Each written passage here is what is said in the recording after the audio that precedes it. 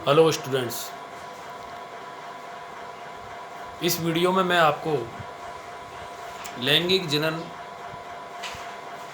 का जो प्रथम चरण है, निषेचन पूर्व घटना, उसके विषय में पढ़ाऊँगा। निषेचन पूर्व घटना में दो घटनाएं सम्मिलित हैं। पहला युग्मक जनन, गैमिटोजेनेसिस, और दूसरा गैमिट ट्रांसफ़र या युग्मक स्थानांतरण। पहले हम बात करते हैं युग्मक जनन, गैमिटोजेनेसिस की। परिभाषा इसकी आती है युग्मक जनन की, लैंगिक जनन करने वाले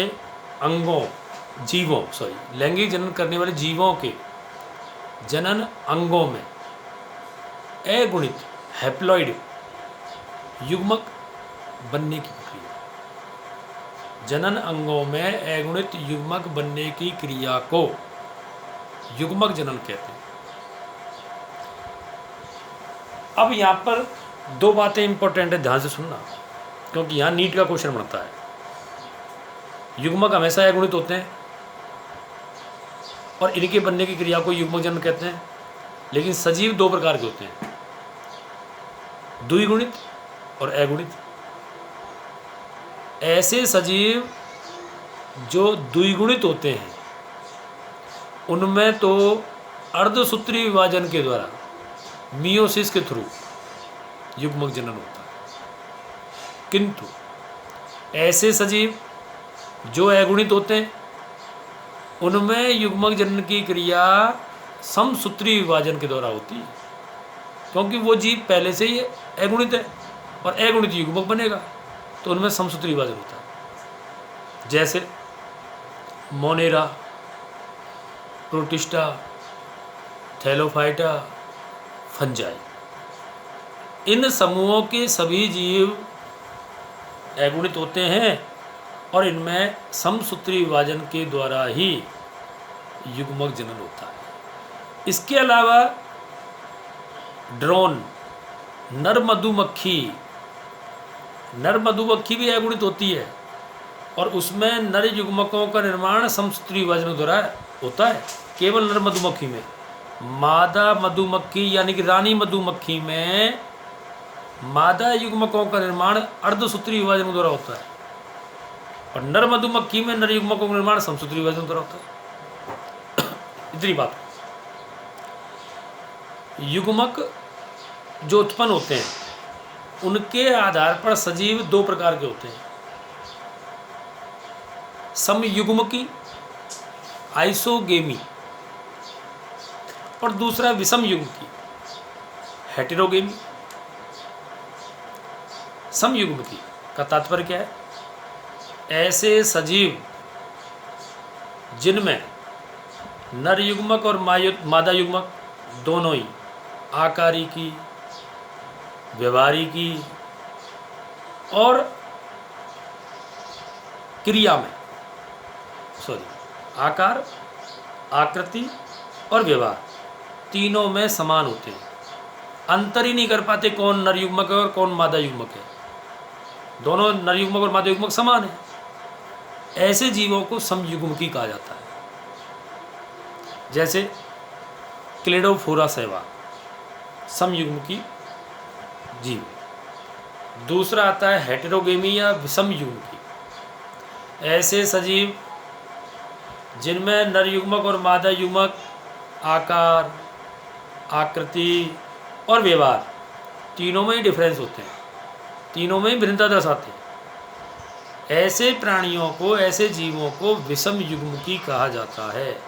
जैसे फ्यूकस शैवाल, मानव, इनके अंदर नर युग्मक और मादा युग्मक का आकार अलग होता है, आकृति अलग होती है, व्यवहार अलग होता है। एक दूसरी बात आती है कि अधिकतर जो जीव हैं उनके अंतर्गत जो मादा युग्मक होता है, विशेषकर विषम युग्मकी में जो मादा युग्मक है वो अगतिशील होता है, नॉन मोटाइल, अगतिशील होता है, जिसको अंड या डिंब कहते हैं, ओवा। ओवम, डिंब या अंडक कहते हैं। विषम युग्म के जीवों में उत्पन्न गतिशील नर युग्मक को, विषम युग्म के जीवों में उत्पन्न जो गतिशील युग्मक है उसको तो पौधों में कहते हैं पुमणु, जो कशाभिकाओं के द्वारा गति करता हुआ अंडाणु तक पहुंचता है। पौधों में नर युग्म, गतिशील नर युग्मक को पुमणु कहते हैं, जबकि जंतुओं में इसी गतिशील नर युग्मक को शुक्राणु कहते हैं। पुमणु शुक्राणु एक ही बात है, लेकिन पौधों में पुमणु कहेंगे और जंतुओं में इसको शुक्राणु कहेंगे। इसी प्रकार ये बात यहाँ तक की हुई। अब मैंने कहा कि युग्मक जनन पहला स्टेप हो गया, युग्मक बन गए, नर युग्मक बन गए, मादा युग्मक बन गए। दूसरा स्टेप आता है युग्मक स्थानांतरण, क्योंकि निषेचन करने के लिए नर युग्मक और मादा युग्मक का आपस में मिलना जरूरी है। युग्मक स्थानांतरण दूसरा महत्वपूर्ण घटना है। सामान्यतया लैंगिक जनन करने वाले जीवों में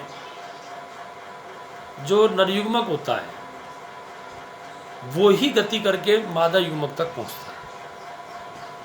अपवाद स्वरूप कुछ ऐसे जीव हैं जिनमें नर युग्मक और मादा युग्मक दोनों ही गतिशील हो, जैसे क्लेडोफोरा शैवाल। इसमें दोनों ही नर और मादा युग्मक गतिशील होते हैं और दोनों एक दूसरे के पास गति करते हुए पहुंच जाते हैं अपनी पक्षमाभिकाओं के द्वारा। लेकिन अधिकतर जो पौधे हैं, अधिकतर पौधे, इनमें युग्मकों का, जो जलीय पौधे हैं जैसे कि शैवाल हुए, ब्रायोफाइट्स हुए, टेरिडोफाइट्स हुए, इनमें युग्मकों का स्थानांतरण पानी के द्वारा होता है और मादा युग्मक गतिशील होता है, नर युग्मक गतिशील होता है और अपनी पक्षमाभिकाओं के द्वारा गति करता हुआ मादा युग्मक तक पहुंचता है। कौन कौन से पौधों में? शैवाल, ब्रायोफाइटा, टेरिडोफाइटा। लेकिन जिम्नोस्पर्म और एंजियोस्पर्म, इन दोनों पादप वर्गों में नर युग्मक और मादा युग्मक दोनों ही अगतिशील होते हैं, दोनों ही अगतिशील होते हैं। फिर भी अगतिशील नर युग्मक ही मादा युग्मक अंडाणु तक पहुंचने का कार्य करता है और इसके लिए जिम्नोस्पर्मी पादपों में एक क्रिया होती है परागण, और एंजियोस्पर्म पादपों में परागण तो होता ही है, परागण के बाद पराग नलिका का निर्माण होता है, तब जाकर नर युग्मक, अगतिशील नर युग्मक मादा युग्मक अंडाणु तक पहुंच पाता है। इसी प्रकार जो बाह्य निषेचन करने वाले प्राणी हैं, प्राणी जंतु, उसमें नर और मादा जंतु एक दूसरे के पास आकर चिपक जाते हैं और एक दूसरे के बहुत नज़दीक नर युग्मक और मादा युग्मक को बाहर जल में मुक्त कर देते हैं। अर्थात बाह्य निषेचन करने वाले अधिकतर प्राणी आभासी मैथुन दर्शाते हैं, जैसे मेढक, मेढक में बाह्य निषेचन होता है पानी के अंदर, लेकिन आभासी मैथुन दर्शाते हैं। नर मेढक मादा मेढक के ऊपर चिपक जाता है और दोनों एक साथ अंडाणु और शुक्राणु को जल में मुक्त कर देते हैं, जिससे उनके मिलने की संभावना बढ़ जाती है। लेकिन जो आंतरिक निषेचन करते हैं प्राणी, उनमें वास्तविक मैथुन क्रिया पाई जाती है, वास्तविक मैथुन क्रिया पाई जाती है। इसमें नर प्राणी जो होता है अपने मैथुन अंग की सहायता से शुक्राणुओं को मादा के जनन मार्ग में मुक्त कर देता है और फिर मादा के शरीर के अंदर आंतरिक निषेचन होता है। ध्यान देना, आंतरिक निषेचन की क्रिया केवल मादा प्राणी के जनन मार्ग में ही संपन्न होती है। कभी भी नर प्राणी के जनन अंगों में, जनन तंत्रों में आंतरिक निषेचन नहीं होता है। तो ये इस प्रकार युग्मक स्थानांतरण हो जाता है। अब इसके बाद आता है निषेचन। नर युग्मक और मादा युग्मक के मिलने पर एक कोशिक जायगोट बनने की क्रिया को निषेचन कहा जाता है। ये तो निषेचन की परिभाषा होती है। निषेचन स्थान के आधार पर दो प्रकार का होगा, बाह्य निषेचन और आंतरिक निषेचन। मादा शरीर के बाहर जल में होने वाले निषेचन को बाह्य निषेचन कहेंगे। मादा शरीर के अंदर होने वाले निषेचन को आंतरिक निषेचन कहते हैं।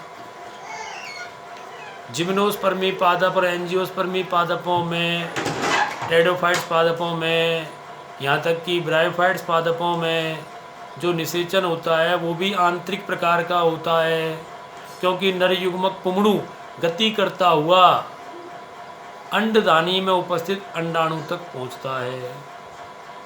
इस प्रकार पौधों में आंतरिक निषेचन होता है, अधिकतर पौधों में। ब्रायोफाइटा, टेडोफाइटा, जिम्नोस्पर्म और एंजियोस्पर्म, इन सब में आंतरिक निषेचन होता है। थैलोफाइटा, जिनको हम शैवाल कहते हैं, इनमें बाह्य निषेचन होता है। नर युग्मक और मादा युग्मक दोनों ही पानी में छोड़ दिए जाते हैं। वो अपनी पक्षवाभिकाओं द्वारा गति करते हुए आपस में मिलते हैं और क्रिया करके निषेचन करते हैं। तो ये बात हुई निषेचन की, कहाँ कैसे होता है।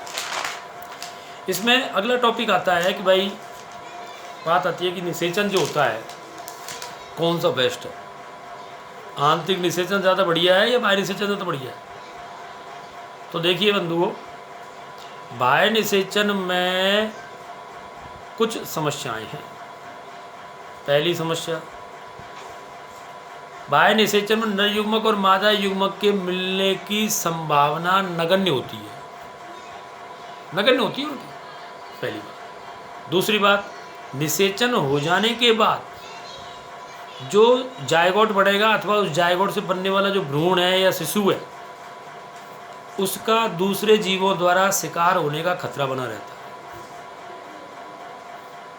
मतलब पूरा शिशु बनाए नहीं, उससे पहले तो उसका शिकार हो जाएगा।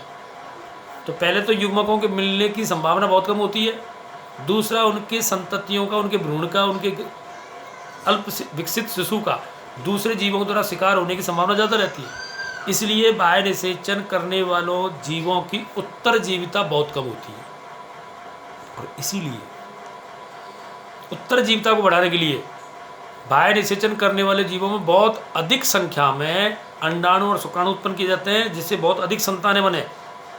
उनमें शिकार होने के बाद, नष्ट होने के बाद थोड़ा बहुत तो कुछ न कुछ तो बचेगा। इसलिए बाह्य निषेचन करने वाले जीवों में एक तो शुक्राणु अधिक बनते हैं, अंडाणु अधिक बनते हैं, बहुत अधिक संतान उत्पन्न होती है, लेकिन फिर भी उनकी उत्तरजीविता कम होती है। जबकि आंतरिक निषेचन करने वाले जीवों में बाह्य वातावरण से और शिकारियों से दोनों से गर्भ की और भ्रूण की सुरक्षा रहती है, इसलिए उनकी उत्तरजीविता अधिक होती है। अर्थात लैंगिक जनन करने वाले जीवों की संतानों की उत्तरजीविता तुलनात्मक ज़्यादा होती है। तो ये दोनों का अंतर भी हो गया कि भाई बाह्य निषेचन करने वाले जीवों की उत्तरजीविता ज़्यादा होगी या आंतरिक निषेचन करने वाले जीवों की उत्तरजीविता ज़्यादा होगी। यहाँ तक की बात तो आपकी समझ में आ गई होगी। अगली बात मैं अगली वीडियो में आपके साथ शेयर करूँगा। थैंक यू, धन्यवाद।